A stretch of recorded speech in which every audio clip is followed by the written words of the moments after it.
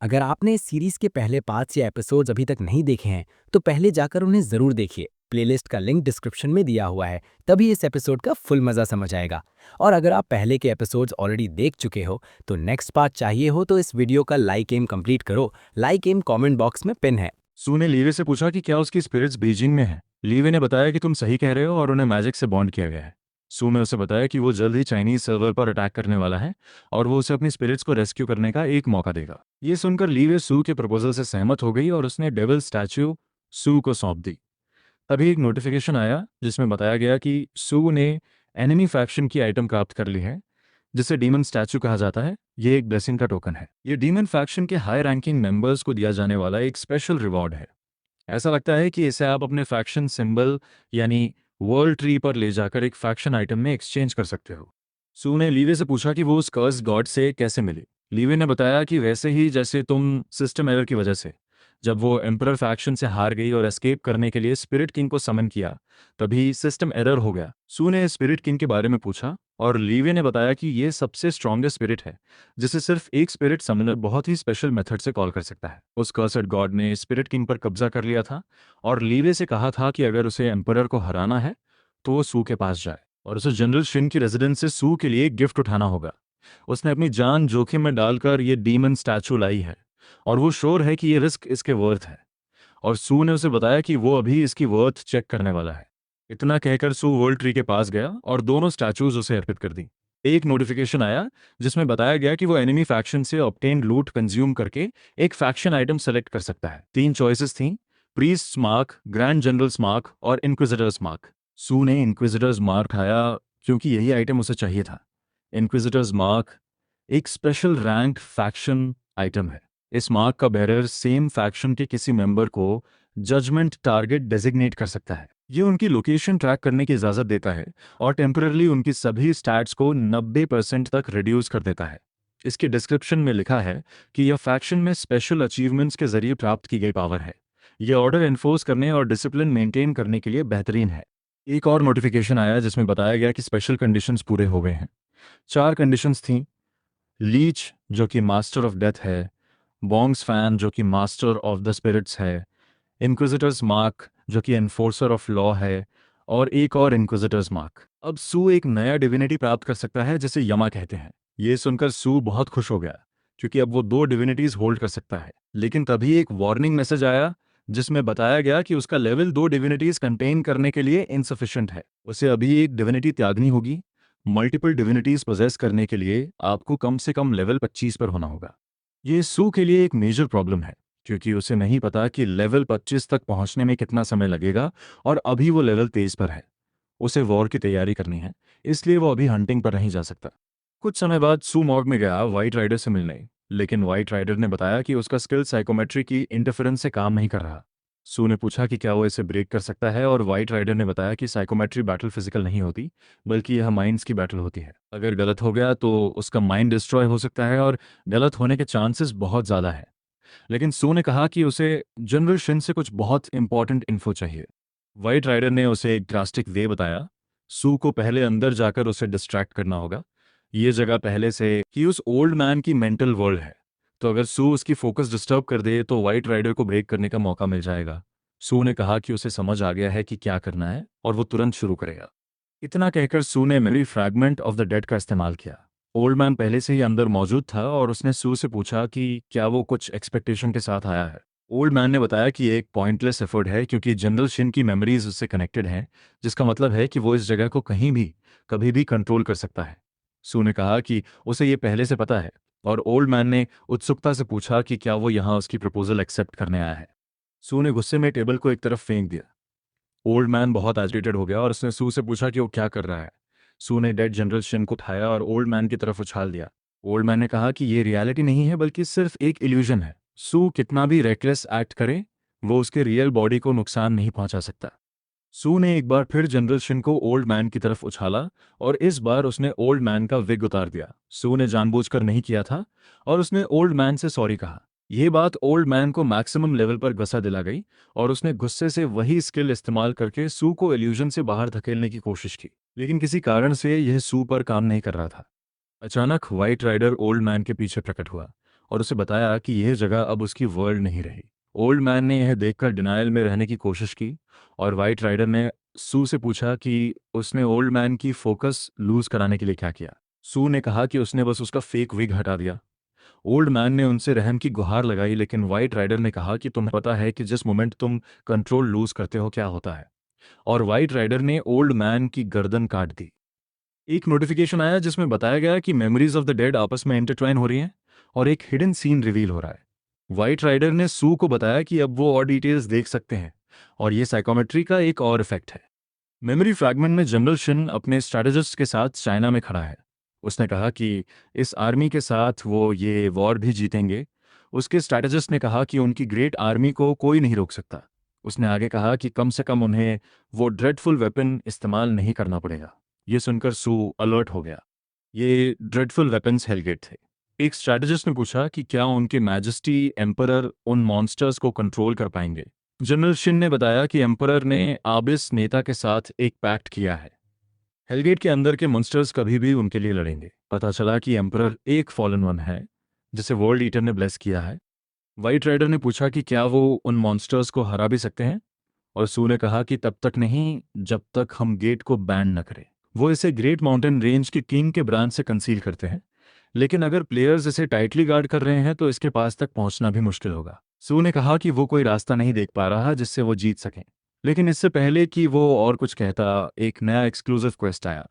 इस क्वेस्ट का नाम था गार्डियन ड्यूटी 3। ये एक टारगेट डिस्ट्रक्शन टाइप क्वेस्ट है और इसका ऑब्जेक्टिव है हार्ट ऑफ द अबिस को डिस्ट्रॉय करना। रिवॉर्ड के रूप में वो डिविनिटी अपग्रेड या क्लास चेंज टिकट में से चुन सकता है। इसमें लिखा था, एक massive invasion from another dimension की भविष्यवाणी हुई है।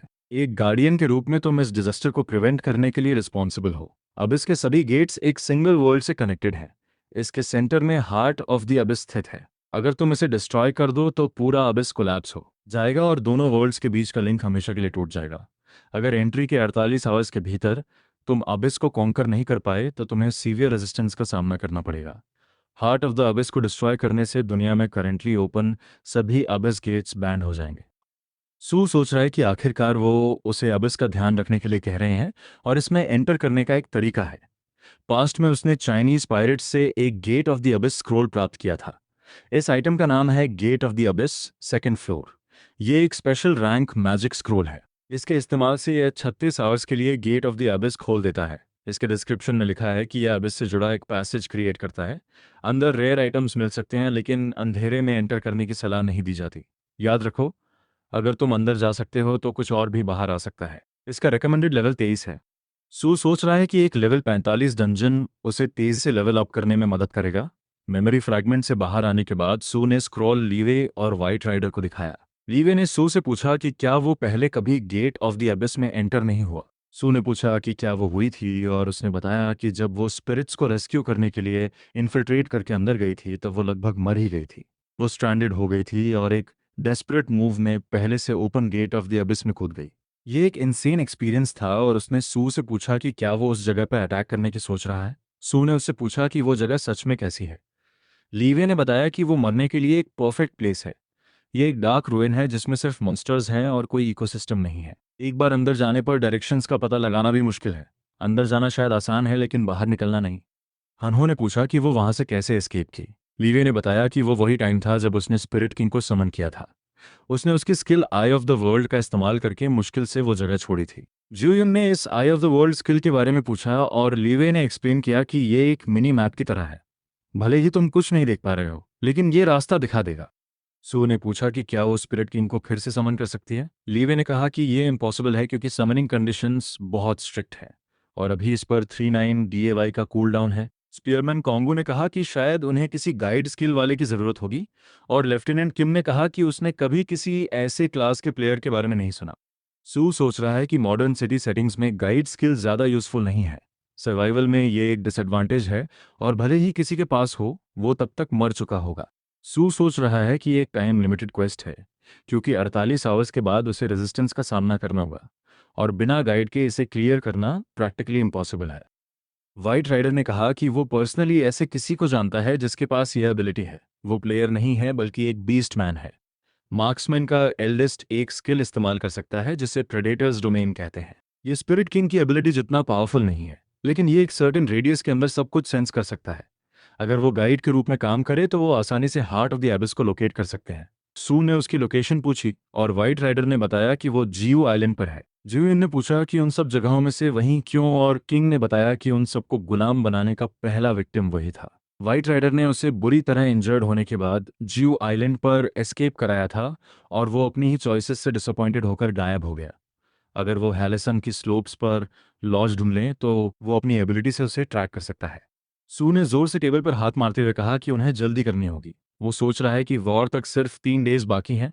उन्हें सब कुछ तब तक खत्म करना होगा। रास्ते में हानो ने सबको याद दिलाया कि जियो यून का फैमिली होम भी जियो आइलैंड पर ही कहीं था। हानो ने जियो यून से पूछा कि क्या वो इतने लंबे समय बाद घर आकर खुश महसूस कर रही है, लेकिन जियो यून ने कहा कि ये वो जगह नहीं है जिसे मैं ज़्यादा मिस करती हूँ। सू ने हानो से जियो आइलैंड की करंट सिचुएशन पूछी और हानो ने बताया कि जियो आइलैंड के बारे में लगभग कोई मेंशन ही है, सिवाय कम्युनिटी में कुछ स्ट्रेंज रूमर्स के, जैसे कि एक एक्सट्रीमिस्ट ग्रुप है जो मॉन्स्टर्स की वर्शिप करता है और पूरे आइलैंड पर रूल करता है। लेकिन इससे पहले कि वो अपनी सेंटेंस पूरी करता, कुछ दिखाई दिया। लगभग 20 फ्लाइंग ऑब्जेक्ट जियो आइलैंड की डायरेक्शन से उनकी तरफ आ रहे थे। करीब से देखने पर वो फ्लाइंग ऑब्जेक्ट्स ग्रिफिन्स निकले। लेफ्टिनेंट किम ने सू से पूछा कि क्या वो उन पर अटैक करें, लेकिन सू ने कहा कि कुछ ग्रिफिन राइडर्स को एयरशिप पर लैंड होने दो। कुछ मिनट्स में कुछ ग्रिफिन राइडर्स एयरशिप पर लैंड हुए। उनकी आंखें अजीब दिख रही थीं और वो कल्टिस्ट्स जैसे लग रहे थे। वो अपने सही माइंड में नहीं थे और उनमें से एक ने उन्हें आउटसाइडर्स कहा। उसने कहा कि तुम आउटसाइडर्स ने हमारा सैंक्चुरी क्रॉस कर लिया है। हम तुम्हें चेतावनी देते हैं कि इस वेसल को मोड़ो और वापस जाओ, इससे पहले कि बहुत देर हो जाए। इस पॉइंट के बियॉन्ड होली माउंटेन की लेक है जो गॉड्स की टेरिटरी है, जो बयांग नोम लेक में सो रहे हैं। सू ने उन्हें बताया कि वो यहाँ उन्हें कोई नुकसान पहुंचाने नहीं आए। अगर वो उन्हें जाने दें तो वो अपना काम खत्म करके चले जाएंगे। कर्टिस ने जोर से चिल्लाकर कहा कि ये एक ऐसी जगह है जहां हम एक गॉड की सेवा करते हैं।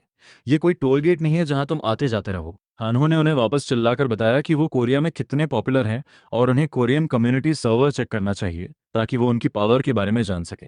लेकिन कल्टिस्ट ने वापस चिल्लाकर कहा कि हमने स्मार्टफोन्स जैसे सभी डीमन पोजेस्ड ऑब्जेक्ट्स को डिस्पोज कर दिया है। इस कियोस और स्लर्स के बीच एक कल्टिस्ट ने जियो यून को पहचान लिया। वो कौन ताइसु था, उसका एक हाई स्कूल क्लासमेट। उसने पूछा कि क्या वो उसे याद करती है। जियो यून ने कहा कि हाँ, वो याद करती है।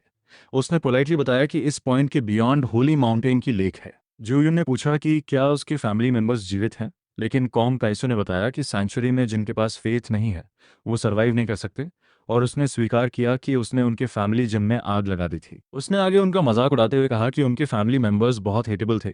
वो बचपन से स्पोर्ट्स करते थे, इसलिए बड़े घमंडी बने रहते थे। उसने और कहा कि शायद जू युन भी उनसे नफरत करती थी क्योंकि वो एक और मदर की इकलौती चाइल्ड थी। एक और कल्टिस्ट इस फैमिली के बारे में इंटरेस्टेड हो गया और कॉम टाइसो ने बताया कि उसकी फैमिली फेमस थी। उसके फादर ने एक हपकिडो डोजो चलाया और वो लगातार लवर्स स्वैप करता था। ये बात सू को बहुत गुस्सा दिला गई और उसने चेतावनी दी कि वो या तो हट जाएं या मौत से भी बुरा फेट भोगें। कल्टिस्ट ने इस थ्रेट को वॉर की डिक्लेरेशन समझा और वो जल्द से जल्द वापस एयर में उड़ने की कोशिश करने लगे। साथ ही उनके चारों तरफ किसी तरह की शील्ड वॉल्स बन गई। जैसे ही सू उन्हें ब्लास्ट करने के लिए तैयार हुआ, जो यून ने उसे रोका क्योंकि वो खुद उनका ख्याल रखना चाहती थी। जो यून ने अपनी डिविनिटी एक्टिवेट की जिसने उसकी मूवमेंट स्पीड को बहुत ज़्यादा बूस्ट किया। उसने सिर्फ कुछ मिनट्स में बहुत सारे कल्टिस्ट्स मार गिराए। ये देखकर सू सोच रहा है कि ये वैल्क्री डिविनिटी उसने सोचा था उससे भी बेहतर है। अगर सिर्फ लिथैलिटी को देखें तो उसकी स्किल अल्टीमेट लेवल तक पहुंच चुकी थी। जियो युन ने कॉन्ग ताइसू को जीवित पकड़ लिया। जियो युन ने कॉन्ग से कहा कि इतने सालों बाद मिलकर अलग होना थोड़ा सैड है। कॉन्ग ने उस पर चिल्लाते हुए कहा कि जियो युन, तूने गॉड का रात कमा लिया है, तुम सबको सैक्रिफाइस के रूप में चढ़ाया जाएगा। हानो ने अपना स्टिक ऑफ लव निकालते हुए कहा कि कांग की कंडीशन काफी सीवियर है। उसकी लव स्टिक हमेशा से इंसानिटी का क्योर रही है, पुराने समय से। लेकिन सू ने उसे एक बेहतर तरीका बताया। वो उन्हें दिखाएगा कि जिस बीइंग की वो वर्शिप करते हैं वो एग्जिस्ट ही नहीं करता, वो उनके गॉड को मारकर। सभी एयरशिप्स नए इनकमिंग ग्रिफिन राइडर्स वेव पर फायर करने के लिए तैयार हो गए। दूसरा वेव कैनन फायर से तबाह हो गया, लेकिन कल्टिस्ट्स को एडिशनल बैकअप से रीइंफोर्समेंट मिल गई। सू ने ग्रैंड नेक्रोमांसी का इस्तेमाल करके अपने फ्लाइंग बोन वाइवर्न्स समन किए और उसने दूसरों से कहा कि वो बाकी संभाल लेगा। सू ने एक एयरशिप का कमांड जियो युन को सौंपा और उसे ब्लैक लायन को ढूंढने का काम दिया गया, जबकि सू और बाकी एनिमी लाइंस को स्वीप करेंगे। कुछ मिनट्स में कल्टिस्ट्स को भारी लॉसेस हुए और उनके कमांडर ने उन्हें मेन बेस पर रिट्रीट करने का आदेश दिया। उनका मेन बेस माउंट हालव स्थित था। सू सोच रहा है कि उन्हें ब्लैक लायन को ढूंढने से पहले सभी ऑब्स्टेकल्स खत्म करने होंगे। सू रिट्रीटिंग ग्रिफिन्स के पीछे चेस करता है, लेकिन वो एक ह्यूज बैरियर के अंदर चले जाते हैं। हनो ने कहा कि ये उनका मेन बेस होगा और सू ने कहा कि वो श्योर है कि अंदर काफ़ी फोर्सेस हैं। हानो ने अपना फ़ोन चेक किया और पाया कि वो कोरियन सर्वर कम्युनिटी से कनेक्ट नहीं हो पा रहा। कनेक्शन इंटरप्ट हो रहा था। Please remove the item causing connection issues inside the region and try again. ये बात एकमात्र असुरा हनो को बहुत गुस्सा दिला गई, लेकिन अब उन्हें पता चल गया कि ये कल्टिस्ट्स पूरे आइलैंड को कैसे कंट्रोल कर रहे थे। मॉडर्न सिविलाइजेशन के मिशनरी के रूप में इस तरह की ऑपरेशन आज खत्म होगी। सू ने लेफ्टिनेंट किम को आदेश दिया कि एयरशिप फायर को बैरियर के अपर एरिया पर फोकस करो। इतना कहते ही एयरशिप्स ने अपनी कैनन फायर एक जगह फोकस की और बैरियर में एक ह्यूज होल ब्लास्ट कर दिया। जैसे ही बैरियर खुला, सू अपने वाइवर्न्स और हनों के साथ अंदर रश कर गया। बैरियर के अंदर कल्टिस्ट्स जोर से चिल्लाने लगे कि डीमंस अंदर आए हैं और उन्हें पनिश करना हुआ। सब लोग टीयर्स ऑफ द गॉड नाम की एक लिक्विड पोशन पीने लगे। सू सोच रहा है कि शायद इन पोशंस के जरिए उन्हें ब्रेन वॉश नहीं बल्कि कंट्रोल किया जा रहा है, जिसका मतलब है कि उनके पास उन्हें मारने के सिवा कोई चॉइस नहीं बचती। एयरशिप पर नेविगेटर्स ने लैंड के रियर साइड पर एक और ग्रुप ऑफ एनिमी स्पॉट किया। वो भी बैरियर तोड़कर अंदर आ रहे थे। कुछ प्लेयर्स ब्रोकन बैरियर से अंदर रश कर गए और ऐसा लग रहा था कि वो कैप्टिव्स के लिए यहाँ आए हैं। इस नए प्लेयर्स की इन्वेजन ने साबित कर दिया कि कल्टिस्ट ने अभी पूरे आइलैंड पर कब्जा नहीं किया था। कर्टिस ने उन नए इन्वेडर्स को नॉन बिलीवर्स कहा और इनमें से काफ़ी स्किल्ड थे। उनकी एक स्किल्ड फाइटर को मिस जिम कहा जाता था और वो कर्टिस को लेफ्ट और राइट तबाह कर रही थी। हनो ने कहा कि यह फीमेल प्लेयर कोई जोक नहीं है। अगर वो सोड पकड़े होती तो वो उसे जियो यून समझ बैठता। अचानक जमीन हिलने लगी, जैसे कि माउंट हुलू पर अर्थक्वेक आ गया हो। बहुत सारी एनर्जी डिस्पर्स हो रही थी। एक रिचुअल प्रीस्ट अपने गॉड को समन करके इस जगह को करप्ट करने वाले डीमन से छुटकारा पाने की कोशिश कर रहा था। पोर्टल से एक ह्यूज पॉ बाहर आया। यह फील्ड मॉन्स्टर कुमिहो था, कल्टिस्ट का गॉड। रिचुअल प्रीस्ट बहुत खुश था कि उसे मरने से पहले अपने गॉड को देखने का मौका मिला। एक और कल्टिस्ट ने कुमिहो से डेविल्स को पनिश करने की गुहार लगाई। सू ने अपना अनुबिस डिवाइन फॉर्म समन किया। वो सोच है कि शायद हेलुसिनेशंस कॉज करने वाले हर्ब्स और पोशंस उस मॉन्स्टर का इफेक्ट है। कुमिहो जैसे योकाई ओपोनेंट के लिए उसके पास अप्रोप्रिएट ओपोनेंट है। सू ने अबिस से इमुगी समन किया। कुमिहो ने इमुगी की पहली अटैक को पीछे लीप करके डॉज कर लिया, लेकिन डेथ नाइट ने अपनी स्पेक्ट्रल चेंज से उसकी मूवमेंट को हिंडर कर दिया। जब कुमिहो डिस्ट्रैक्टेड था, इमुगी ने उसे रैप कर लिया।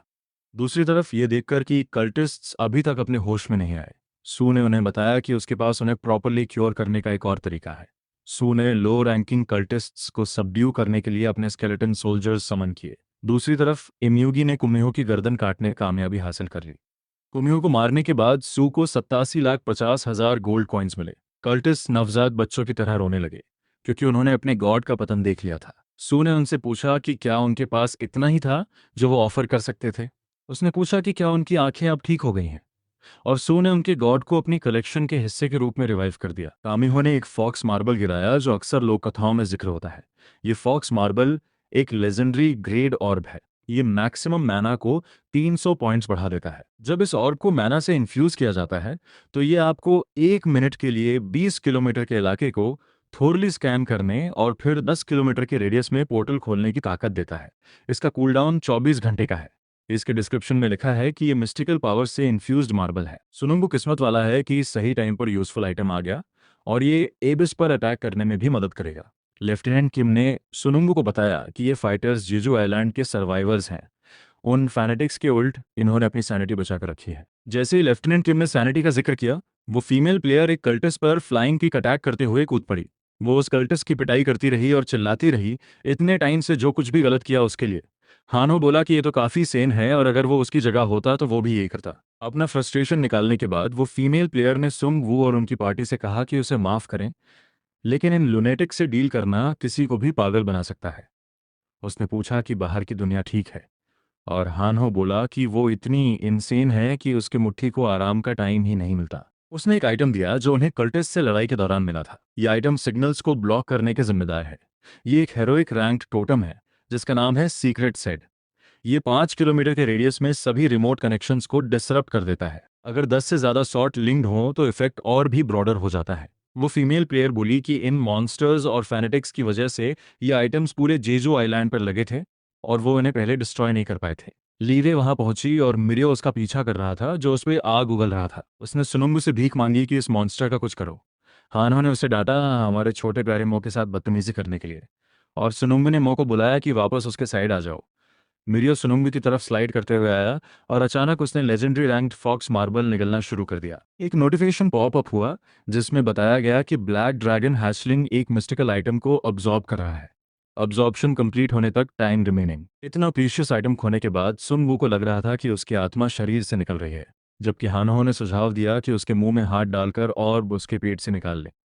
इसी बीच दूसरी तरफ जियोयुन और वाइट राइडर एक कॉटेज पहुंचे। जियोयुन ने फिर से कंफर्म किया कि ब्लैक लायन के बारे में क्लू इसी कॉटेज में है, और वाइट राइडर ने फिर से कंफर्म किया। उन्होंने इनलैंड के ज्यादातर मॉन्स्टर्स को खत्म कर दिया था, लेकिन ये पहाड़ अभी भी उनसे भरा हुआ था। ओग्रेस का एक स्वार्म लकड़ियों से बाहर निकल पड़ा। जी सुयुन ने उस स्वार्म को अकेले ही 1 मिनट में खत्म कर दिया। ये खत्म होने के बाद जिजू युन और वाइट राइडर अंदर चले गए। बिना टाइम बर्बाद किए वो क्लूज खोजने लगे। वाइट राइडर ने जिजू युन को बताया कि ब्लैक लायन इस आइलैंड के लोगों के साथ है, और भी स्पेसिफिकली वो किसी सेम प्लेयर के साथ है, उन क्रेजी कल्टिस्ट के साथ नहीं। जी सू युन ने वाइट राइडर की तारीफ की इतनी जल्दी उसकी लोकेशन ढूंढने के लिए। वाइट राइडर बोला कि ये मेरा स्पेशलिटी है, लेकिन दूसरे साइकेट्रिस्ट से डील करने में बहुत मदद मिली। जी सू युन ने पूछा कि क्या वो बाद में कुछ और लोगों को ढूंढ सकता है। वाइट राइडर बोला कि उसे उसकी सिचुएशन का अंदाज़ा है, और अगर उसे फ्री टाइम मिला तो ज़रूर मदद करेगा। ये कहकर वो अपने एयरशिप पर चढ़े और कल्टिस्ट के मेन बेस की तरफ रवाना हो गए। सुनुंगु ने पूछा कि क्या उन्हें ब्लैक लायन मिला। वाइट राइडर बोला कि ब्लैक लायन उस औरत के साथ था और वो यहाँ क्या कर रही है। वो फीमेल प्लेयर ने पूछा कि वो किसे ढूंढ रहे हैं। अचानक उसने जी सू युन को पहचान लिया और जी सू युन ने उसे बहन कहा। दोनों एक दूसरे को जिंदा देखकर खुश हुई, जबकि हान हो बोला कि इसलिए ये लड़की जी सू युन जैसी लग रही थी। वो फीमेल प्लेयर काफ़ी खुश थी, आखिरकार अपनी बहन से मिलकर। और जी सू युन ने बाकी फैमिली के बारे में पूछा। वो फीमेल प्लेयर बोली कि तुम अच्छे से जानती हो कि हमारी फैमिली इतनी आसानी से हारने वाली नहीं है, सब सेफ हैं। जुन ने एक उंगली खोई, लेकिन इतना बुरा नहीं है। सुनुंग ने उनके रियूनियन को रोकते हुए कहा कि सॉरी, अभी लंबी बातचीत का टाइम नहीं है। वो सीधे मुद्दे पर आया और पूछा कि क्या ब्लैक लायन उनके साथ है। वो फीमेल प्लेयर बोली कि वो उन्हें ब्लैक लायन तक ले जा सकती है। बिना टाइम बर्बाद किए वो रिबेल्स के मेन बेस की तरफ चल पड़े। वाइट राइडर ने ब्लैक लायन को सब कुछ बताया जो हुआ था, और उनकी बातें सुनने के बाद वो उनके साथ कोऑपरेट करने के लिए तैयार हो गया। सुनु बोला कि तुम इवोल्यूशन सोसाइटी के कोलैबोरेटर होते हुए भी सरप्राइजिंगली रीजनेबल हो। ब्लैक लायन ने बताया कि वो जानता है कि उसने जो किया वो गलत था। उसने अपनी रेस को प्रोटेक्ट करने के बहाने सेल्फिश और एक्सट्रीम चॉइसेस किए। वो अपने हाथों से खून धो नहीं सकता, लेकिन अगर वो कम से कम लोगों की मदद करके उस कर्ज को चुका सके तो अच्छा होगा। सुनो ने पूछा कि क्या वो कहीं भी किसी ऑब्जेक्ट को डिटेक्ट कर सकता है, और ब्लैक लायन बोला कि उसकी एबिलिटी ऑब्सोल्यूट नहीं है। वो सिर्फ उन्हीं ऑब्जेक्ट्स को सेंस कर सकता है जो किसी इलाके में स्ट्रॉन्ग प्रेजेंस रखते हैं। उसने वर्ल्ड ट्री की अपीयरेंस को शुरू में ही सेंस कर लिया था। अगर ये कोई ऐसी पावर है जो पूरी दुनिया को बनाए रखती है, जैसे एबीस, तो उसे ये और भी दूर से डिटेक्ट करके ट्रैक करने में सक्षम होना चाहिए। सुनु बोला कि उनके पास टाइम नहीं है और उन्हें तुरंत गेट ऑफ द एबिस खोलना चाहिए। लेफ्टिनेंट किम ने सुनुम्बु को बताया कि तैयारियां पहले से पूरी हो चुकी हैं। उन्होंने जो हाइपरगेट 2 घंटे पहले सेट किया था, वो कैपिटल रीजन से रीइंफोर्समेंट लेकर आएगा, और वो एबिस से निकल रहे मॉन्स्टर्स को रोकने में सक्षम होंगे। असली प्रॉब्लम गेटकीपर है, जो आखिर में दिखाई देता है। सुनुंगु ने जिजू युन को यहीं रहने को कहा, लेकिन वो उसके साथ जाना चाहती थी। सुनुंगु ने उसे बताया कि यहाँ तुम्हारी और भी ज़्यादा ज़रूरत है, क्योंकि तुम अकेली हो जो गेटकीपर को अकेले रोक सकती है। एयरशिप्स और हर एक आर्टिलरी यूनिट आइलैंड पर तैनात कर दी गई। आइलैंडर्स कोरिया के मेनलैंड प्लेयर्स के लेवल पर नहीं है, लेकिन फिर भी वो मदद करने पर अड़े हुए थे। ये कहकर सुंगवू ने स्क्रॉल का इस्तेमाल करके गेट ऑफ द एबिस समन किया, और गेट ने जेजू आइलैंड को सील कर दिया। लेफ्टिनेंट किम ने जिजुयुम को बताया कि वो डिमंस को रेंज्ड फायर पावर से रोकेंगे, लेकिन अगर वो ब्रेक थ्रू कर गए तो उसे आगे आना होगा। जिम ने जिजू यूनियन की तारीफ करते हुए कहा कि तुम काफ़ी स्ट्रांग होगी। 7 फैमिलीज के उल्ट तुम्हें हीरो की तरह ट्रीट किया जाता है। इसने जिजू युन को उसकी चाइल्डहुड याद दिला दी। जन्म से ही उसे फैमिली का डिग्रेस माना जाता था। उसके फादर की गलती से वो एक ऐसे पिता के अंदर बड़ी हुई जिसने उसे मेंटल ट्रेनिंग और मार्शल आर्ट्स से डिसिप्लिन किया। जिम ने आगे कहा कि जिजू युन ने उस प्रेस्टिजियस हाउस को छोड़ा और फिर भी अकेले सरवाइव कर लिया। उनके फादर को गर्व होता अगर वो उसे अभी देखते। जियो युन सोच रही थी कि जिम को उसकी दूसरी भाई बहनों ने ज्यादा बुली नहीं किया था। उन्होंने उसका अच्छे से ख्याल रखा, लेकिन वो जैसे किसी दूर के मेहमान का ख्याल रखते, परिवार के सदस्य का नहीं। उसकी स्टेप मदर एक एथलीट थी, लेकिन उसकी बर्थ मदर कमज़ोर थी। उन्होंने कहा कि उसने कमज़ोर जीन्स इनहेरिट किए हैं। वो वर्तमान में वापस आ गए जैसे ही गेट ऑफ द एबीज का पहला इन्वेजन वेव शुरू हुआ और मॉन्स्टर्स मक्खियों की तरह बाहर निकलने लगे। जिम ने जिल से कहा कि तुम्हें मेरे सामने कुछ प्रूव करने के लिए खुद को पुश नहीं करना। तुम पहले से ही ज़्यादा हेल्दी नहीं थी, इसलिए तुम्हें सावधान रहना चाहिए। जियोन ने जिम से कहा कि वो भी संभल कर रहे क्योंकि वो यहाँ मर सकती है। जिम ने बोली कि मैं उस स्टेज पर नहीं हूँ जहाँ मुझे तुम्हारी देखभाल की ज़रूरत हो। लेकिन जियो युन ने याद दिलाया कि ये गेम कोई ऐसा नहीं है जो तुम सिर्फ नेचुरल टैलेंट रखकर सरवाइव कर लो। ये कोई ऐसा नहीं है जिसे तुम सिर्फ मेहनत से पार कर लो। जिम ने जिजू युन से पूछा, तो फिर ये क्या है? जिजू युन बोली कि वो भी नहीं जानती, लेकिन उसे भरोसा है कि वो ये कर सकती है क्योंकि वो इस नर्क में पहले ही ढल चुकी है। एयरशिप में से एक गेट ऑफ द एबिस की तरफ बढ़ने लगी। एयरशिप गेट में प्रवेश करती है जबकि नीचे ऑनस्लॉट जारी है। एक ब्राइट फ्लैश ऑफ लाइट के साथ एक नोटिफिकेशन ने बताया कि वो एक्स्ट्रा डायमेंशनल स्पेस में प्रवेश कर गए हैं जिसका नाम एबिस है। जैसे ही उन्होंने अपनी आंखें खोली उन्होंने देखा कि एबिस पूरी तरह अंधेरा है। उनका अल्टीमीटर डेड था और उन्हें कोई आइडिया नहीं था कि वो किस दिशा में जा रहे हैं। 20 मिनट बाद एयरशिप एक खास दिशा में बढ़ रही थी। सुनु बोला कि इस अंधेरे का कोई अंत नहीं है। ब्लैक लायन ने बताया कि वो दिशा बता सकता है, लेकिन इस विजिबिलिटी के साथ वो स्नेल की स्पीड से चल रहे हैं। स्पीयरमैन क्योंगू बोला कि हम स्पीड अप नहीं कर सकते क्योंकि हमें पता नहीं कि आगे क्या है। जबकि लीवे चिल्लाई कि उसने पहले ही बताया था कि यहाँ विजिबिलिटी की चिंता करना बेकार है। अचानक उन्होंने अपने पास कुछ धुंधली चीज़ देखी। वो चीज़ें विशाल बिल्डिंग्स निकली। उन्होंने तुरंत इवेसिव मेजर्स अपनाए, लेकिन फिर भी सबको इम्पैक्ट के लिए तैयार रहने का ऑर्डर दिया। उन्होंने एयरशिप का ट्रेजेक्टरी बदलने की कोशिश की, लेकिन फिर भी कुछ बिल्डिंग से स्क्रैच हो गया। हानो जोर से चिल्लाया कि उसे यकीन है कि ये इंसानों द्वारा बनाई गई बिल्डिंग्स हैं। और एबिस में ये क्या कर रही हैं? सुंग वो भी यही सोच रहा था और उसे कोई आइडिया नहीं था कि ये गिरती हुई स्ट्रक्चर्स यहाँ क्या कर रही हैं। एयर में वापस आने के बाद उन्हें कुछ विजिबिलिटी मिली। उनके नीचे का इलाका अपार्टमेंट्स के जंगल से भरा हुआ था। हानो ने सुंग से पूछा कि क्या ये जगह अर्थ का कोई ऑल्टरनेट रियलिटी है, और स्पीयरमैन क्योंगू ने एक खास दिशा की तरफ इशारा किया। नीचे एक सोल टावर मौजूद है और उसके पीछे का इलाका गैंगनम है। सुंग ने लीवी से पूछा कि जब वो एबिस में गई थी तो वो कैसा था, लेकिन लीवी बोली कि मैं इतनी ओवरवेल्म्ड थी कि ज़्यादा नोटिस नहीं कर पाई, लेकिन अब पीछे मुड़कर देखने पर उसने शंघाई देखा था। सुंग ने पूछा कि क्या वो ये सुझाव दे रही है कि ये जगह धरती है। लीवी असहमत होते हुए बोली कि ये ज़रूर कोई अलग स्पेस है क्योंकि जो शंघाई वो जानती है वो खंडहर नहीं है और सोल अभी भी इंटैक्ट है। अचानक ब्लैक टाइगर बोला कि वो महसूस कर सकता है। उसने बताया कि ज़मीन से एक विशाल पल्सेशन उठ रही है। ये जैसे कोई दिल की धड़कन हो। ये वाइब्रेशंस पूरी दुनिया में फैले हुए हैं। सुनुंगू ने दिशा पूछी और ब्लैक टाइगर ने पश्चिम की तरफ इशारा किया। सुनुंगू सोच रहा था कि ये ज़रूर एबिस का दिल है और उसने अपने लोगों को ऑर्डर दिया कि पूरी स्पीड से पश्चिम की तरफ एयरशिप लेकर चलो। रास्ते में हानो बोला कि जितना देख रहा हूँ उतना ये जगह धरती जैसी लग रही है। और स्पीयरमैन क्योंगू ने पूछा कि वो धरती को बिल्कुल ऐसे ही क्यों रिक्रिएट करेंगे। दो ऑपरेटर्स ने बताया कि उन्होंने आगे कुछ विशाल डिटेक्ट किया है। जल्द ही उन्हें यूडो के खंडहर और एक वर्ल्ड ट्री मिला जो उससे ज़्यादा दूर नहीं था। स्पीयरमैन क्योंगू और लीव यहाँ वर्ल्ड ट्री देखकर डर गए। सुनंगू को इस जगह का एकदम सही अंदाजा हो गया और हानो ने पूछा कि क्या वो पहले यहाँ चुपचाप आया था। सुनंगू अब यकीन था कि ये बैड एंडिंग है। ये प्रोफेसी स्टोन का बिल्कुल वही सेटिंग है। Bad ending two. सुनो ने ब्लैक लायन से पूछा कि क्या वो उस वर्ल्ड ट्री से कुछ सेंस कर सकता है, लेकिन ब्लैक लायन ने बताया कि ये पेड़ बहुत पहले मर चुका है। हालांकि वो वर्ल्ड ट्री के नीचे एक तीव्र पावर सेंस कर सकता है। वही उन पीरियोडिक वाइब्रेशंस का सोर्स है जो वो डिटेक्ट कर रहा था। जल्द ही उन्हें वर्ल्ड ट्री के बीच में एक विशाल छेद मिला। ये इतना बड़ा था कि उनकी एयरशिप भी अंदर लैंड कर सकती थी। सुनो बोला कि ऐसा लगता है जैसे किसी ने सीधे चीरकर छेद किया हो और उन्हें इसे और चेक करने की जरूरत है। जब वो छेद की तरफ बढ़ रहे थे उन्होंने वर्ल्ड ट्री से कुछ चमकदार चीजें गिरते हुए देखी। वो चीजें बहुत बड़ी संख्या में चमगादड़ निकली। स्पीयरमैन क्योंगू ने सभी प्लेयर्स को एक्सटर्नल बैरियर एक्टिवेट करने का ऑर्डर दिया। सुंगवू ने क्योंगू को ऑर्डर दिया कि वर्ल्ड ट्री वाइन्स का इस्तेमाल करो और पूरी स्पीड से छेद की तरफ जाओ। ली ने सुझाव दिया कि अगर वो अकेले बाहर जा रहा है तो वो भी मदद कर सकती है। उसने अपने सारे हाई रैंक स्पिरिट्स खो दिए, लेकिन एक सर्वर के टॉप रैंक प्लेयर के तौर पर वो अभी भी मदद कर सकती है। हानहो बोला कि वो भी आना चाहता है क्योंकि वो एकमात्र कोरियन प्लेयर है जिसके 6 हाथ हैं। सुंगवू ने लीवी से पूछा कि क्या वो इन चीज़ों के बारे में जानती है, लेकिन वो बोली कि जब वो एबिस में गई थी तो उसने इन्हें पहले कभी नहीं देखा था। जो एबिस गेट सुंगवू ने खोला वो सेकंड फ्लोर पे है, जबकि जिसमें वो गई थी वो फर्स्ट फ्लोर पे था। तो शायद ये अलग अलग जगह हैं। सुनुंगू सोच रहा था कि हर फ्लोर एक अलग दुनिया होनी चाहिए। उसके पास इसका कोई प्रूफ नहीं है, लेकिन ये कोई अनरीजनेबल आइडिया नहीं है। सुनंगू ने बताया कि शायद ये जगह बैड एंडिंग पर पहुंचने के बाद डिस्कार्ड कर दी गई थी, और लीवे ने पूछा कि हम इस तरह डिस्कार्ड होने से कैसे बच सकते हैं। सुनु बोला कि उसे भी इसका कोई आइडिया नहीं है।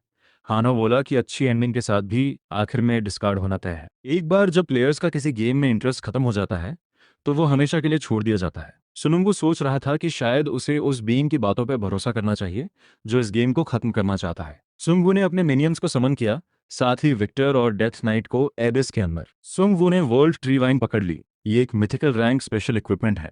अगर वाइन का एक छोर कहीं सिक्योर हो और दूसरा छोर किसी ऑब्जेक्ट से जुड़ा हो तो ये बहुत ताकत से खींच सकता है। सुनुंगू ने वर्ल्ड ट्री वाइन पर बोन वेपन क्राफ्टिंग की। लिवी ने सुंगवू से पूछा कि वो इससे क्या करेगा। सुंगवू बोला कि ये उसे एक्सपीरियंस और गोल्ड फार्म करने में मदद करेगा।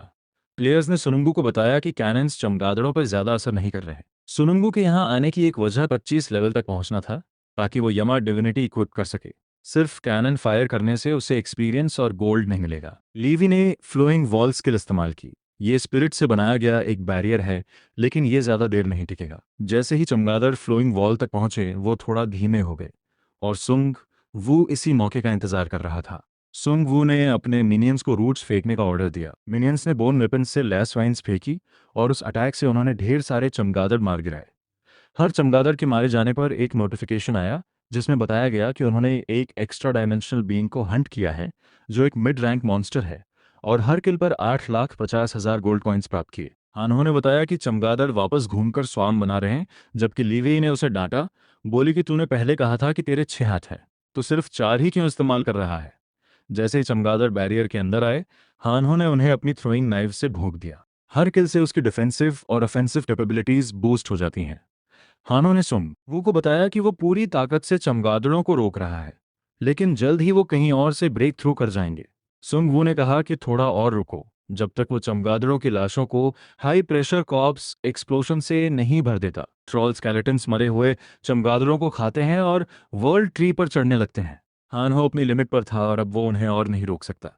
जल्द ही एक ट्रॉल मिनियन बैरियर से बाहर कूदा, जो बिल्कुल हानहो के बगल में था। 20 सेकंड के अंदर सारे high pressure cops explosion ready हो गए और वो एक साथ फटे। सुनु ने एयरशिप को ब्लास्ट से बचाने के लिए एक बोन वेपन शील्ड बनाई और चमगादड़ उन धमाकों में तहस नहस हो गए। सुन वो ने उन आखिरी धमाकों से इतने सारे चमगादड़ मारे कि वो जल्दी ही लेवल 24 पर पहुंच गया। पिछले अटैक में चमगादड़ों को भारी नुकसान हुआ और प्लेयर्स ने इस मौके का फायदा उठाकर एयरशिप से छेद की तरफ दौड़ लगाई, लेकिन जल्द ही बचे हुए चमगादड़ इकट्ठा होकर पीछा करने लगे। सुंग वू ने अपने विम को मैक्सिमम स्पेक्ट्रल बॉम्बार्डमेंट से भर दिया।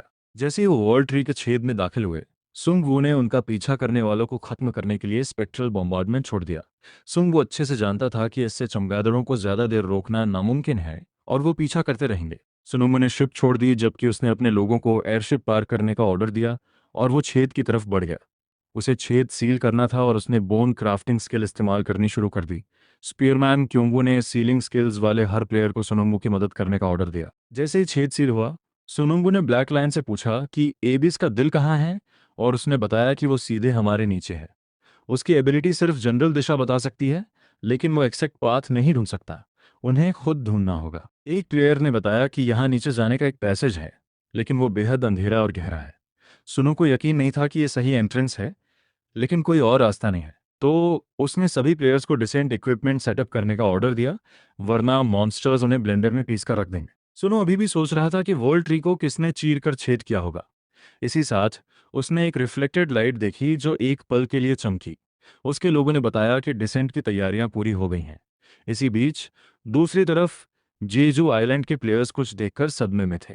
Gate of the Abyss second floor का पहला वेव खत्म हो चुका था और अगला वेव 20 सेकंड में शुरू होगा। जेजू आइलैंड में फंसे प्लेयर्स की नज़रों में ये सारे आउटसाइडर्स प्रोडिजी जैसे लग रहे थे। आइलैंडर्स मेनलैंड के इन प्लेयर्स के डिफेंस स्टैट्स देखकर हैरान रह गए। उनके डैमेज डीलर्स भी मजाक नहीं है, और उनकी मेज स्क्वाड की तो बात ही अलग है। आइलैंडर्स अभी भी कंफ्यूज थे कि ये 3 लोग किस क्लास के हैं, क्योंकि रेड की शुरुआत से ही ये कुछ अजीब कर रहे थे। सब कुछ सोचने के बाद जिम ने बोली कि जिजू यून का इतनी जल्दी डेवलप करना समझ आता है, क्योंकि उसके पास एक डेसेंट आर्मी है। जियो यून ने जिम से कहा कि वो काफ़ी पीछे हट जाए। जिम ने पूछा कि उसे पीछे क्यों हटना है, और जिजू यून बोली कि ये उसके सोचने से पहले ही बाहर आ गया। इसी साथ गेटकीपर, जो डिमन लेयर के दरवाजे का मिनी बॉस है, गेट से बाहर आता है। उसकी वैन की थंब से ही ढेर सारी एनर्जी वेव्स निकलती हैं।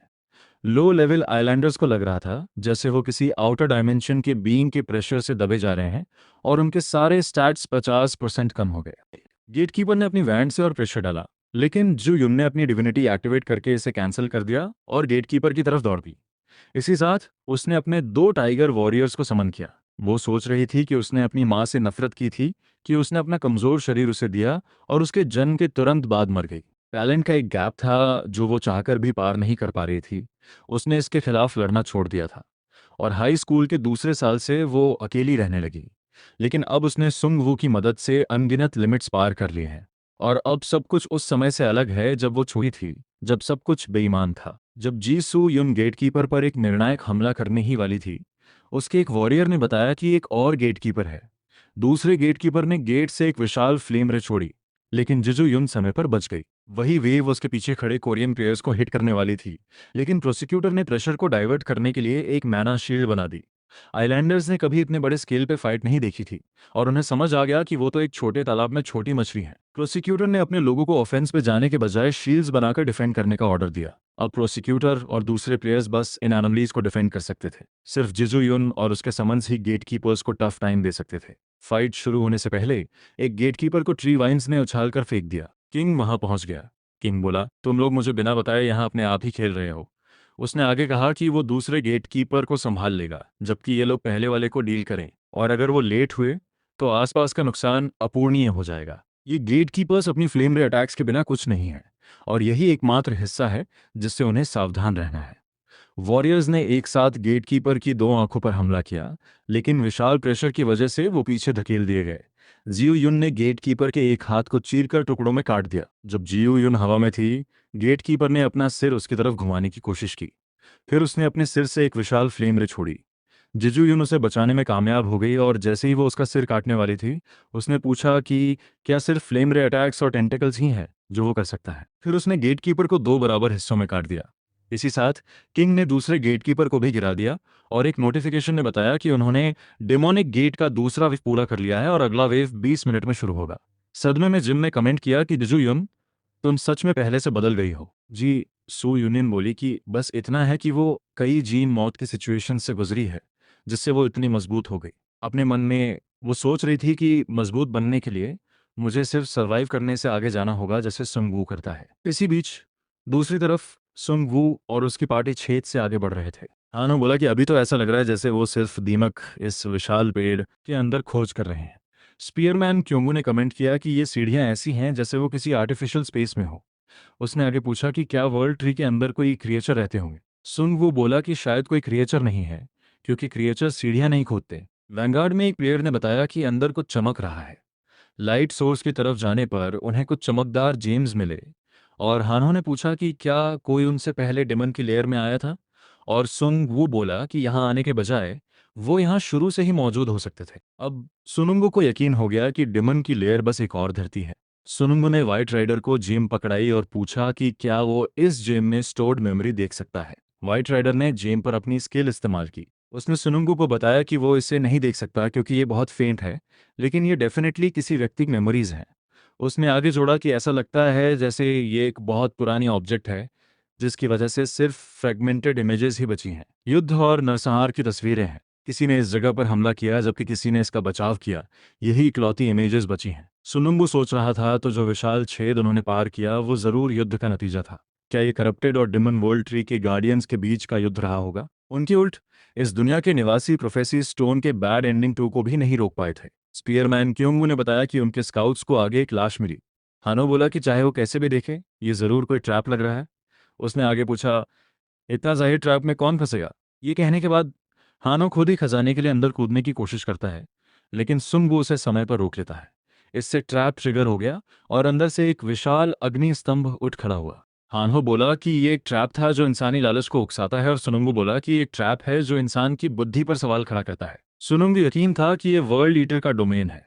लीवे बोली कि अगर कोई इंट्रूडर यहाँ तक आने की काबिलियत रखता था तो उसके पास हाई क्वालिटी आइटम्स होंगे, लेकिन बदकिस्मती से वो यहाँ खत्म हो गए। अचानक सुनुंबू ने नीचे मलबे में एक ग्रिम रीपर स्काई देखी। सुनुंबू सोच रहा था कि अगर वो इसे पकड़ ले तो वो 2 लेजेंडरी रैंक ग्रिम रीपर्स चला सकता है।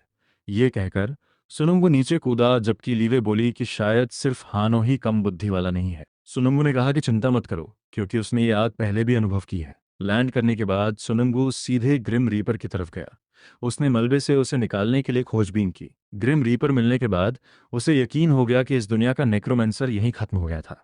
दोनों पक्षों को चलाने पर सुनुंगू को एक नोटिफिकेशन मिला जिसमें लिखा था, इस आइटम को प्राप्त करने के लिए आपको विटनेस डेथ स्पेशल कंडीशन चाहिए।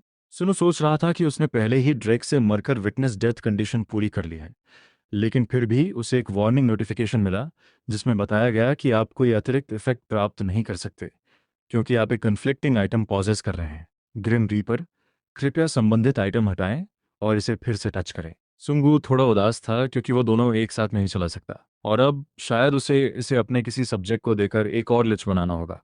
सुनो ने अपने मिनियंस चेक किए लेकिन उनका लेवल इस आइटम के लिए बहुत कम था। वो सोच रहा था कि शायद उसे ये विक्टर को देना चाहिए जो पहले से ही एक लिच है। हानो ने ऊपर से कुछ और आइटम्स देखी और उसने सुनुंगू को उनकी लोकेशन बताई। वहां सुनुंगू को एक रिंग और एक डरावनी दिखने वाली किताब मिली। किताब का नाम डेमोनिक मैजिक मैनुअल है और ये एक लेजेंडरी रैंक्ड ऑर्ब है। ये धारक के डेथ क्लास स्पेल में समन अनडेड इफेक्ट को काफी मजबूत करता है। हालांकि अगर कोई बिना डेथ क्लास स्पेल्स के लापरवाही से किताब खोलता है तो उसे डेथ का श्राप मिल सकता है। रिंग का नाम फैटल डेक्सटेरिटी है और इसका रैंक लेजेंडरी है। ये वन हैंडेड वेपन अटैक को 20% बढ़ाता है। ये डैगर क्रिटिकल चांस को 50% बढ़ाता है। मैना इंजेक्ट करने पर एक मास्टर की डेक्सटेरिटी एक्टिवेट होती है और हैंड मूवमेंट 1 मिनट के लिए 300% तक काफ़ी बढ़ जाता है। बहुत सारे नोटिफिकेशंस आते हैं जब सुंगू डेमोनिक मैजिक मैनर इक्विप करता है। सुनुंगू बल्कि ऐसा लग रहा है जैसे वो किसी पूर्ववर्ती की विरासत प्राप्त कर रहा है। मैनुअल उसकी मैक्सिमम मिनियन लिमिट को 15 बढ़ा देता है। सुनुंगू ने डेथ का ज्ञान प्राप्त कर लिया है।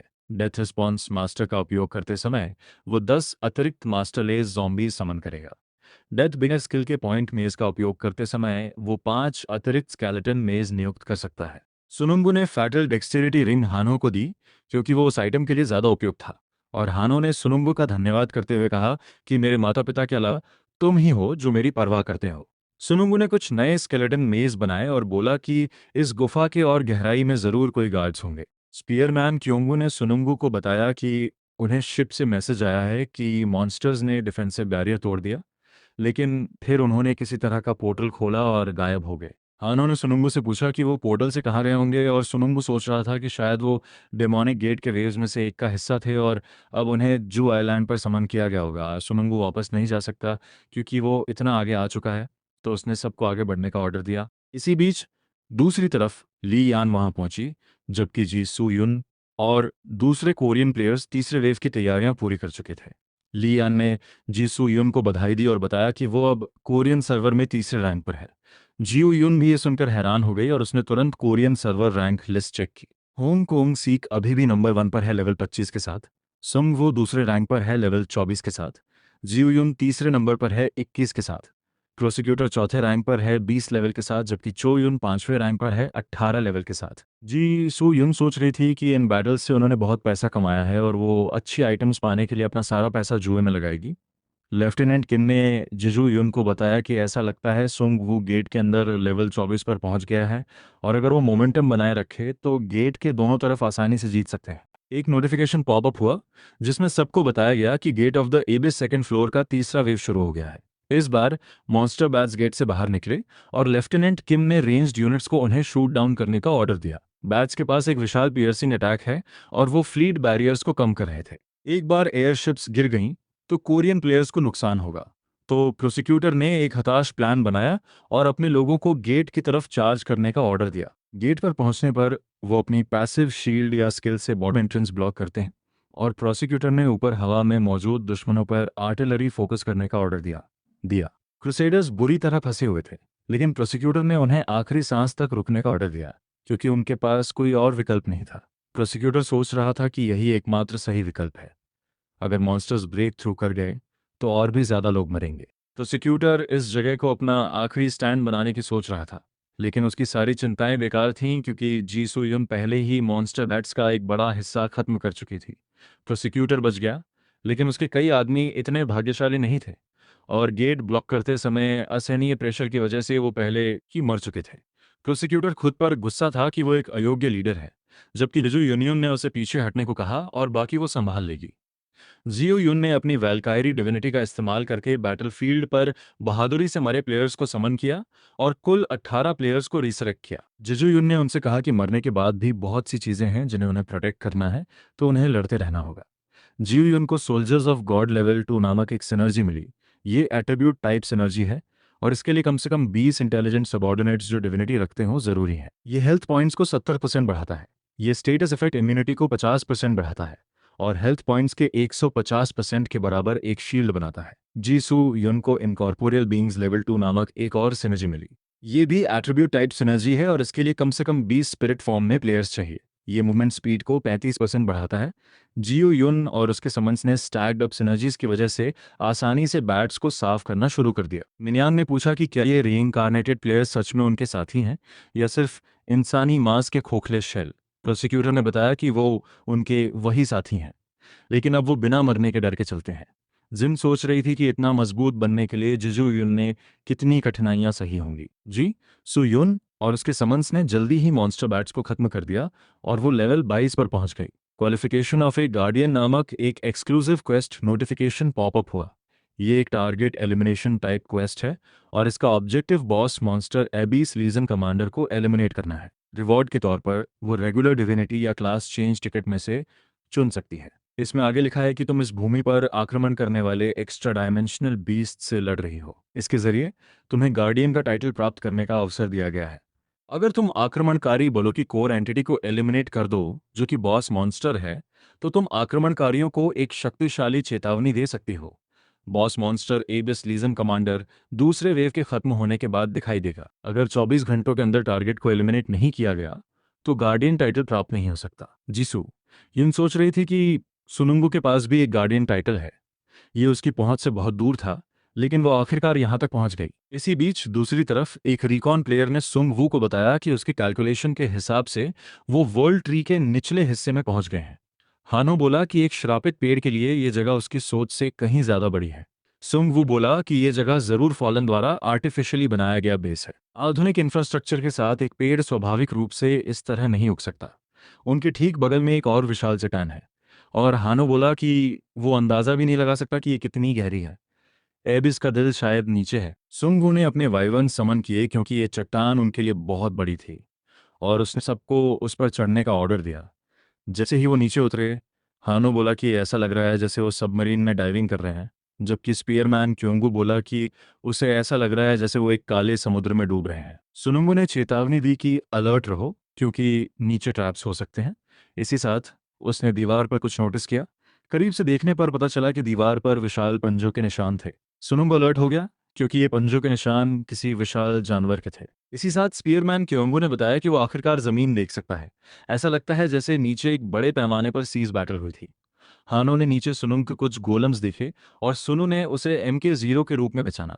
ये सुनु के पास जो गोलम है उससे बेहतर था और लीवी ने बताया कि ये एक हाई रैंकिंग स्टील गोलम है। जितना उसे पता था, मंगोलियन सर्वर के गोलम मास्टर ने इन्हें कंट्रोल किया था।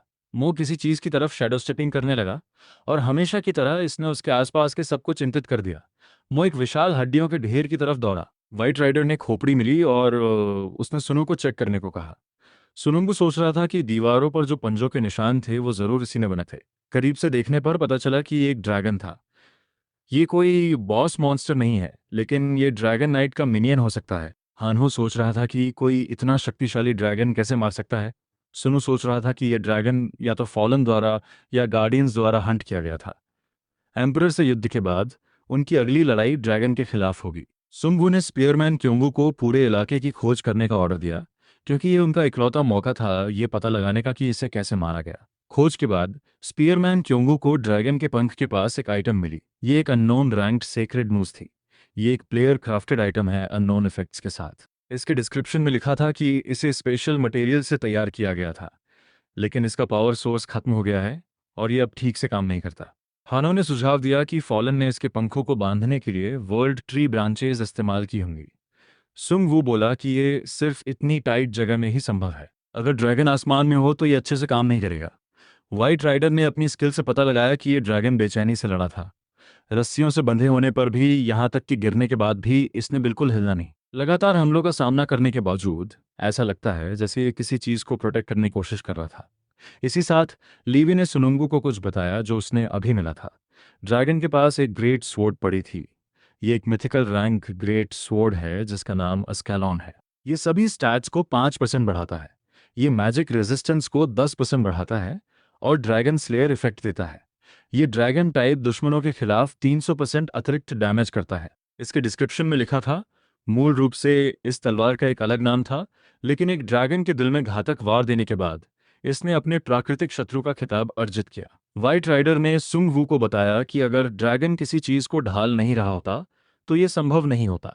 एक और प्लेयर को एक विशाल दरवाजा मिला और सुंग वू सोच रहा था कि शायद ड्रैगन इसे ब्लॉक कर रहा था। दरवाजे पर लिखा था कि अंदर जाने के लिए स्पेशल कंडीशंस चाहिए। सुंग वू ने सुझाव दिया कि वो ड्रैगन को अपना मिनियन बनाने के बाद चेक सकते हैं। एक नोटिफिकेशन पॉप अप हुआ जिसमें सुनुंगू को बताया गया कि इस मृतक को सबॉर्डिनेट बनाने के लिए special conditions proof of qualifications चाहिए। पता चला कि एक dragon night exclusive weapon sword of dominion चाहिए। सुंगवू ने स्पीयरमैन क्योंगू से पूछा कि क्या उन्हें लूट में मास्टरलेस स्वॉर्ड नाम की कोई तलवार मिली। स्पीयरमैन क्योंगू ने बताया कि उन्हें मिली आइटम्स में ऐसी कोई वेपन नहीं है। तलवार कहीं न दिखने के कारण सुंगवू को समझ आ गया कि ड्रैगन क्या प्रोटेक्ट कर रहा था। वो जरूर एक ड्रैगन नाइट को प्रोटेक्ट कर रहा था जो मरा नहीं था और अंदर गेट में चला गया। ये स्पेस शक्तिशाली जादू से सील किया गया है। सिर्फ वही जिनके पास स्पेशल क्वालिफिकेशन है वो इस दरवाजे को खोल सकते हैं। ये नोटिफिकेशन जैसे ही सुंग वू दरवाजे तक पहुंचा दिखाई दिया। सुंग वू ने दरवाजे को छुआ और एक और नोटिफिकेशन आया जिसमें बताया गया कि स्पेशल कंडीशंस पूरी हो गई हैं और हॉल ऑफ गार्डियन अब खुल गया है। सुनु ने सबको बैटल के लिए तैयार होने को कहा क्योंकि एक डिमोनिक वर्ल्ड ट्री के अंदर हॉल ऑफ गार्डियंस काफी आयरॉनिक है। जैसे ही वो गेट में दाखिल हुए एक ब्राइट फ्लैश ऑफ लाइट ने उनकी विजन धुंधली कर दी और उन्हें एक नोटिफिकेशन मिला जिसमें लिखा था कि आपने hidden stage hall of guardians में प्रवेश किया है। कुछ सेकंड बाद लाइट थोड़ी डिम हो गई और सुंग वू ने अपनी आंखें खोली। विशाल बुक शेल्फ्स थीं और सुंगू सोच रहा था कि क्या ये किसी विशालकाय की लाइब्रेरी है। सुनुंगू ने बताया कि इस जगह की जांच करो और अपना गार्ड नीचे मत उतारो। इसी साथ लीव ने कुछ नोटिस किया। उसने सुनुंगू को बताया कि ये किताबें नहीं बल्कि कैप्सूल हैं। स्पीयरमैन क्योंगू ने चेक किया और कैप्सूल के अंदर एक प्लेयर मिला। अंदर एयर बबल्स थे और हो सकता है कि उन्हें रूट्स के जरिए न्यूट्रिएंट्स दिए जा रहे हों और वो अभी भी जिंदा हो सकते हैं। लीवी ने सुनुंगू से पूछा कि तुमने कहा था कि ये जगह एक और दुनिया है जो किसी तरह अपना अंत पा चुकी है। उसने पूछा कि इन लोगों ने कैसा अंत देखा होगा। यहाँ हजारों कैप्सूल होने चाहिए। इन कैप्सूल्स में प्लेयर्स सोए हुए हैं जिसका मतलब है कि एक दिन वो जागेंगे। कुछ देर बाद उन्हें एक और दरवाज़ा मिला और सुंग वू ने सबको बैटल के लिए तैयार होने को कहा। इसी साथ वो सोच रहा था कि जो दिल वो ढूंढ रहे हैं वो ज़रूर अंदर है। रूम में दाखिल होने पर एक नोटिफिकेशन पॉपअप हुआ जिसमें बताया गया कि उन्हें the cradle of the champion में प्रवेश किया है।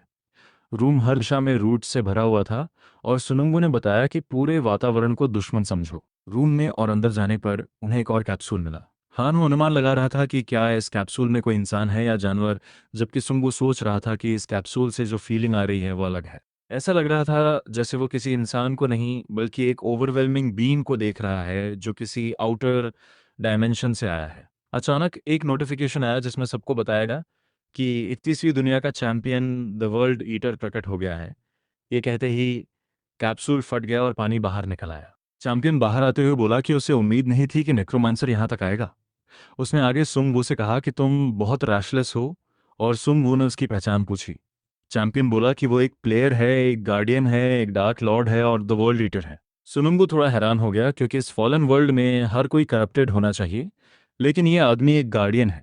तो उसने पूछा कि क्या वर्ल्ड ट्री करप्टेड या एविल गॉड के कब्जे में नहीं है। चैंपियन बोला कि तुम्हारी दुनिया में मैं evil god the world eater हो सकता हूँ, हालांकि इस एक में मैं एकमात्र सेवियर हूँ। उसने करप्टेड को हराया, इस जगह पर कब्जा किया और आर्क को व्यवस्थित किया। जो उसे चाहिए वो इस आर्क को बनाए रखने के लिए एनर्जी है और इस दुनिया का आखिरी प्लेयर ये एनर्जी यहाँ लाता है वो खुद ही आदमी है। सुनुंगू ने पूछा कि क्या यही वजह है कि वर्ल्ड ईटर अपनी दुनिया को खत्म करना चाहता है ताकि वो कैप्सूल्स के अंदर के प्लेयर्स को जीवन की आपूर्ति करता रहे। सुनुंगू ने पूछा कि क्या हम दोनों इस श्रापित गेम में शामिल हैं, तो क्या तुम्हारे पास कुछ समय नहीं है बात करने का और एक साथ हमारी जिज्ञासाओं को सुलझाने का। सुनु को एहसास हुआ कि वर्ल्ड ईटर के हाथ में the sword of the ruler है, जिसका मतलब है कि उसकी बात करने की कोई योजना नहीं है। ये कहते ही सुंग वू ने अपना ग्रिम रीपर स्काई समन किया, जबकि उसने वर्ल्ड ईटर को बताया कि तुम कौन हो या तुम क्या चाहते हो। अब मायने नहीं रखता, क्योंकि इस गेम के नियम जिसमें उन्हें अपने लक्ष्य पूरे करने के लिए एक दूसरे को मारना होता है। सुनो ने ग्रैंड नेक्रोमांसी, डेथ रिस्पॉन्स और शैडो आर्मी एक्टिवेट की और वर्ल्ड ईटर को चेतावनी दी कि वो उसकी सारी चीज़ें ले लेगा, वो इस गेम के अंत में खड़ा होगा और सच्चाई को खुद देखेगा। विक्टर और डेथ नाइट दोनों अलर्ट हो गए, क्योंकि उन्हें कभी सिर्फ एक व्यक्ति से लड़ने के लिए एक साथ समन नहीं किया गया था। इसी साथ विक्टर और मेरो दोनों ने अपने मिनियंस भी समन करने शुरू किए। ह्यूमन प्लेयर्स बैकलाइन में पोजीशन लेते हैं और सपोर्ट की तैयारी करते हैं। सुनो सोच रहा था कि ये सबसे बड़ी आर्मी है जो वो निकाल सकते हैं। वो वर्ल्ड ईटर को घेर कर एक ही सांस में कुचल देगा। वर्ल्ड ईटर ने अपनी तलवार तैयार की और सुनो को बताया कि जो वो कर रहा है वो बेकार है, क्योंकि वो उसे नहीं हरा सकता। ये कहते ही उसने एक ही ड्रैगन ब्रेथ अटैक से ज्यादातर मिनियंस को उड़ा दिया। वर्ल्ड ईटर ने सुनुम्बू की तारीफ करते हुए कहा कि तुम निश्चित रूप से एक मजबूत हो और तुम्हारी दुनिया में ऐसे लोगों की गिनती एक हाथ में हो सकती है।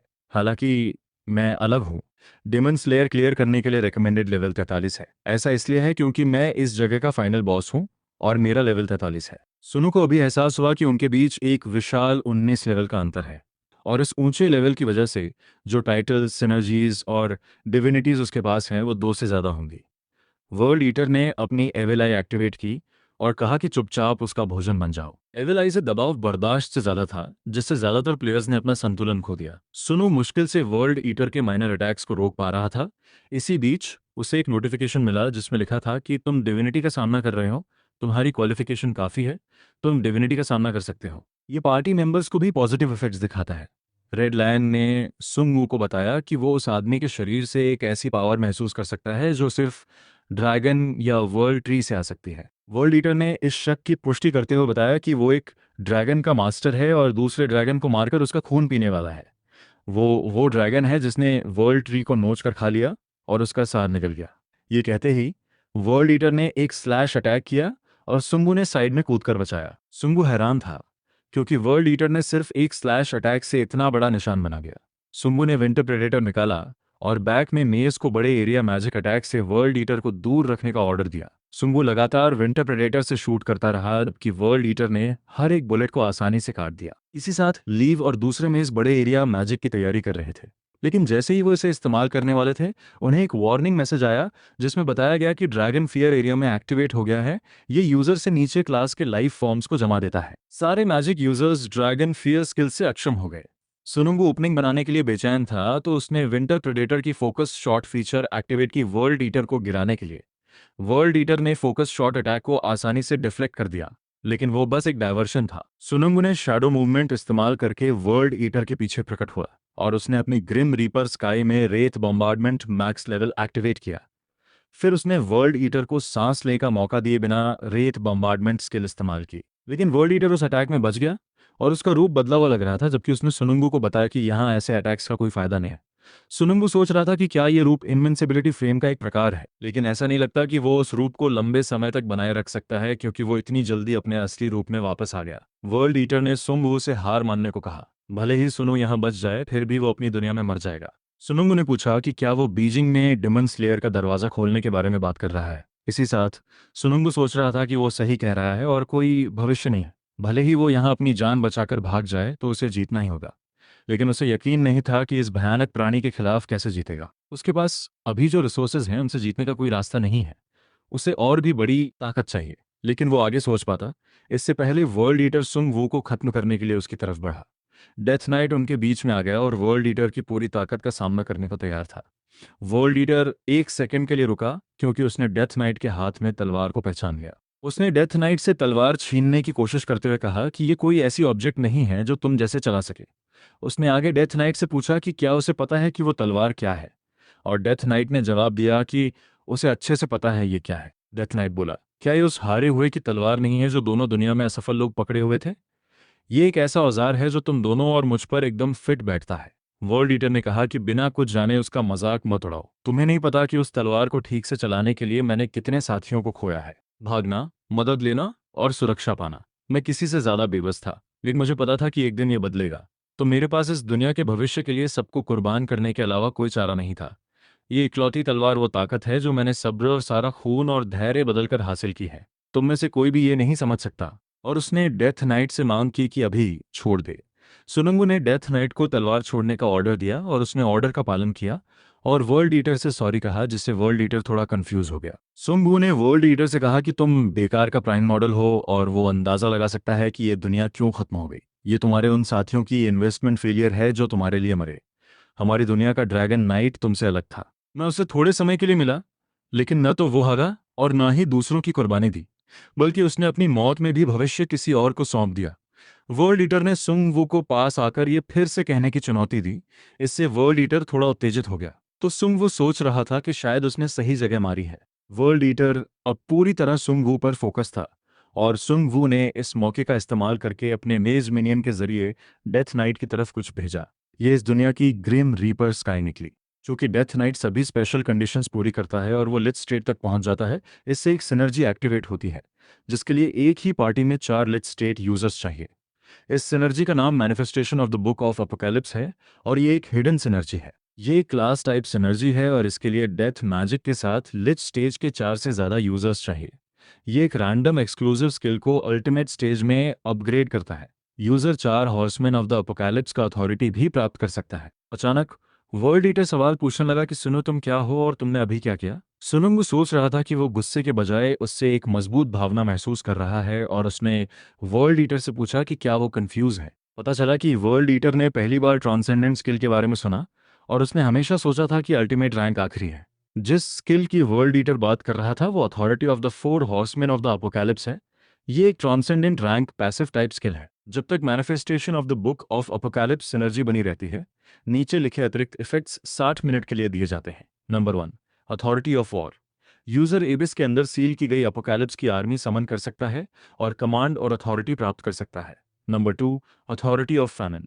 ये एबिस से जुड़े 10 किलोमीटर के एक निर्दिष्ट क्षेत्र में एक डेथ सेंचुरी बनाता है। तीसरा है authority of pestilence. Area effect, magic damage और कर्स मैजिक इफेक्ट्स 400% तक काफी बढ़ जाते हैं। चौथा है अथॉरिटी ऑफ डेथ। यूजर के आसपास होने वाली मौत से ताकत प्राप्त करता है। हर एक मौत के लिए सभी स्किल इफेक्ट्स 1% बढ़ जाते हैं। वर्ल्ड ईटर बोला कि 2 ग्रिम रीपर साइड और 4 लिच एक ही जगह हों, ये समझ नहीं आता। वो जोर से चिल्लाया, ये एक ऐसी सिनर्जी है जो मौजूद ही नहीं हो सकती। सुंग वो सोच रहा था कि गेम सेटिंग्स को देखते हुए ये लगभग असंभव के करीब है। मौजूदा दुनिया में वेरिएबल्स पर वेरिएबल्स की प्रक्रिया से गुजरने के बाद भी 3 लिच ही लिमिट थे। एक और grim reaper sky fallen world में घुसकर पाना गणना करना भी मुश्किल होता।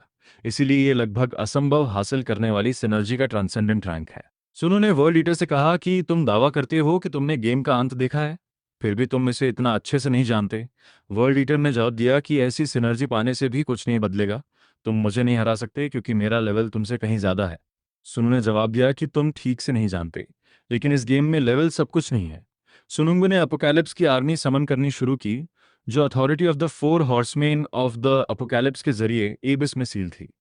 एक सिस्टम मैसेज आया जिसमें सुनुंग से पूछा गया कि टारगेट आर्मी चुनो। वो पीनल बटालियन समन कर सकता है। वो अभी जिगैंटिस समन नहीं कर सकता क्योंकि लिचेस के बीच कंबाइंड रैंक अनसिग्निफिकेंट है। वो सील्ड 1 भी समन नहीं कर सकता क्योंकि लिचेस के बीच कंबाइंड रैंक अनसिग्निफिकेंट है। सुनु ने जल्दी से पीनल बटालियन समन कर ली क्योंकि ये उसका एकमात्र विकल्प था। जैसे उसने स्पेल किया, उनके नीचे की ज़मीन टूटने लगी। ज़मीन टूटने की वजह से सारे कैप्सूल नीचे गिर गए और इससे वर्ल्ड ईटर और गुस्सा हो गया, लेकिन वो टूटी हुई ज़मीन के नीचे पहुंचकर रुक गया जहां पीनल बटालियन समन हुई थी। सुनुंगू को अपोकैलिप्स की कैदी आर्मी पर कमांड अथॉरिटी दी गई। बटालियन का हर कैदी एंशिएंट कॉन्करिंग एम्पायर से ताल्लुक रखता है। सुनुंगू को 150 असॉल्ट सोल्जर्स, शील्ड सोल्जर्स और एलिट आर्चर्स मिले। उसे 50 आर्मर्ड नाइट्स और डार्कनेस प्रीस्ट भी मिले। विक्टर लिच की आंखों में आंसू आ गए क्योंकि उसने ऐसा कुछ कभी नहीं देखा था, और वो खुश था कि वो मर गया और लिच के रूप में पुनर्जन्म हुआ। सुनुंग ने दूसरी स्किल एक्टिवेट की और एक नोटिफिकेशन आया जिसमें सबको बताया गया कि 10 किलोमीटर का इलाका डेथ सैंक्चुरी घोषित हो गया है। 10 किलोमीटर का निर्दिष्ट इलाका अस्थायी रूप से एबिस और स्पेस ओवरलैप स्टेट में प्रवेश करेगा। सिटीजन ऑफ द एबिस इफेक्ट लागू होता है जो अनडेड अटैक और डिफेंस को 10% बढ़ाता है। हर 1 मिनट के निर्दिष्ट समय बाद अधिकतम 5 मास्टरलेस ज़ॉम्बीज की एक रैंडम संख्या जनरेट होती है। वर्ल्ड ईटर के आसपास का स्पेस धीरे धीरे एबिस में बदलने लगा। सुंग मुस्कुराया और वर्ल्ड ईटर से पूछा कि क्या अभी भी लगता है कि तुम्हें हराना संभव है? अगर अभी समझ नहीं आ रहा तो चलो अभी साबित करता हूँ। ज़ॉम्बीज वर्ल्ड ईटर की तरफ दौड़े, लेकिन उसने ड्रैगन ब्रेथ स्किल से उन्हें मिटा दिया। शील्ड वॉल फॉर्मेशन के साथ सोल्जर्स की एक नई वेव आई। वर्ल्ड ईटर ने उन्हें उनके शील्ड्स के साथ काट दिया, लेकिन पहली बार की उल्ट, जहां उसने आसानी से सारे समन्स मिटा दिए थे, इस बार उसे काफी मेहनत करनी पड़ रही थी। इसके अलावा समय बीतने के साथ वो थकान के कुछ संकेत भी दिखा रहा था। वर्ल्ड ईटर के साथ कुछ गलत था, क्योंकि वो एक लेवल 43 फाइटर क्लास टाइप था, लेकिन इतनी जल्दी थक रहा था। जार, जिसका लेवल काफी कम था, वो भी इतनी छोटी लड़ाई से नहीं थका था। सुंग को अब यकीन हो गया कि वर्ल्ड ईटर का शरीर सामान्य स्थिति में नहीं है। सुनंगू ने अपना बिहोंग फैन इस्तेमाल करके स्पेक्टर समन किए, जिन्होंने उसके सारे हाई ग्रेड वेपन्स एक साथ इस्तेमाल करने शुरू किए। सुनंगू सोच रहा था कि वो नॉर्मल अटैक से वर्ल्ड ईटर को थका देगा। आखिरकार अपने आप ही एक ओपनिंग दिख जाई। सुंग वो लगातार वर्ल्ड ईटर पर अलग अलग रेंज्ड अटैक से बमबारी करता रहा, और वर्ल्ड ईटर उन अटैक्स को तोड़ने के लिए ड्रैगन ब्रेथ का इस्तेमाल करता रहा। अचानक फाइटर शैकल स्किल की वजह से 5 मिनट के लिए उसकी वेपन सील हो गई। सुनुंगू सोच रहा था कि अब खत्म है, क्योंकि उसने वर्ल्ड ईटर की इकलौती वेपन छीन ली। सुनुंगू ने कहा कि सिर्फ तुम्हारा लेवल ज्यादा होने से सब कुछ तुम्हारे अनुकूल नहीं होगा। वर्ल्ड ईटर भी पूरी ताकत से लड़ने की तैयारी करने लगा। उसने जमीन पर मुक्का मारा और वो टूटने लगी। टूटी हुई जमीन के नीचे मैग्मा पैदा हुआ, जिसने सब कुछ नर्क की आग में निगल लिया। उसने नेक्रोमैंसर को बताया कि उसने डेमोनिक क्रिएचर्स को खींचा नहीं था ताकि आर्क नष्ट न हो, लेकिन अब वो एक अलग स्पेस में है और उसे कोई नुकसान नहीं है। सुनुंगू ने कहा कि तुम गलत हो। इंसानों की नकल करने वाले डेमोनिक क्रिएचर्स के सिर्फ ने आखिरकार अपना असली स्वरूप प्रकट कर दिया है।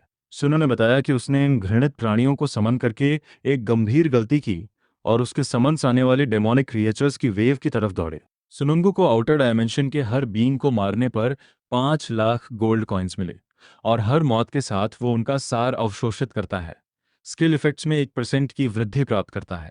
वर्ल्ड ईटर शिकायत करता है कि ये सिनर्जी अनुचित है, लेकिन सुंगू ने उसे याद दिलाते हुए कहा कि तुम बहुत लंबे समय से सो रहे थे। उसका मतलब है कि वर्ल्ड ईटर ने अपने इंस्टिंक्ट्स खो दिए हैं, क्योंकि उसे पहले अपनी खोई हुई आइटम्स ढूंढनी शुरू करनी चाहिए थी। पता चला कि सुंग वू के स्पेक्टर्स ने वर्ल्ड ईटर की तलवार चुरा ली थी जब वो व्यस्त था, और सुंग वू सोच रहा था कि अगर वर्ल्ड ईटर के पास कोई हिडन कार्ड नहीं है तो वो इससे उसे खत्म कर सकता है।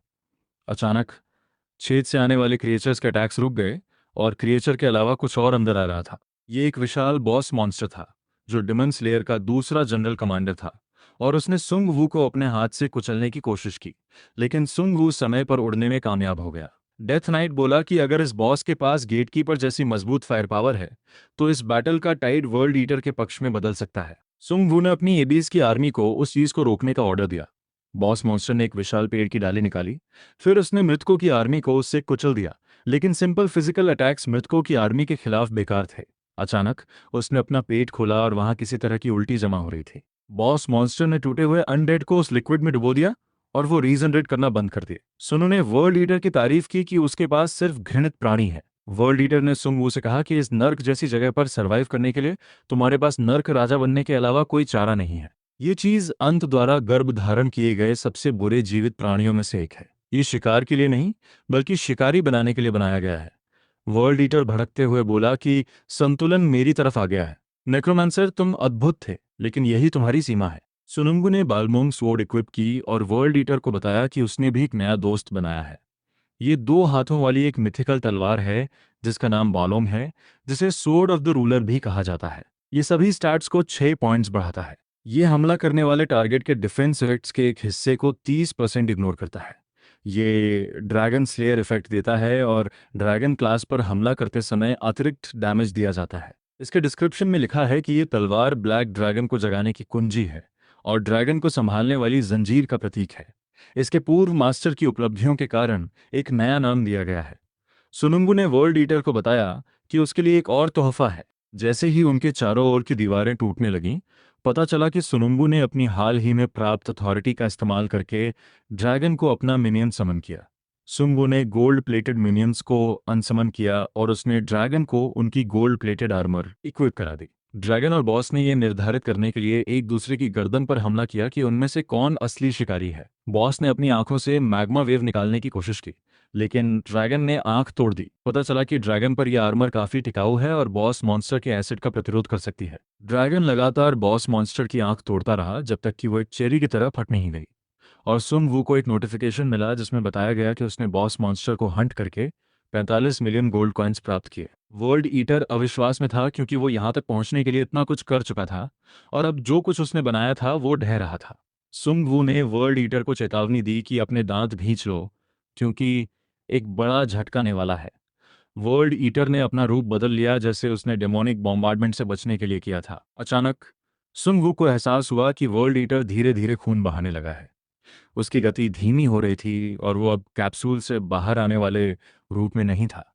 जैसे जैसे लड़ाई चलती रही, खून बहना काफी गंभीर हो गया। लेकिन वर्ल्ड लीडर अभी भी अविश्वास में था क्योंकि वो सोचता था कि उसने अब तक लगातार जीत हासिल की है और वो इस बार भी हारेगा नहीं।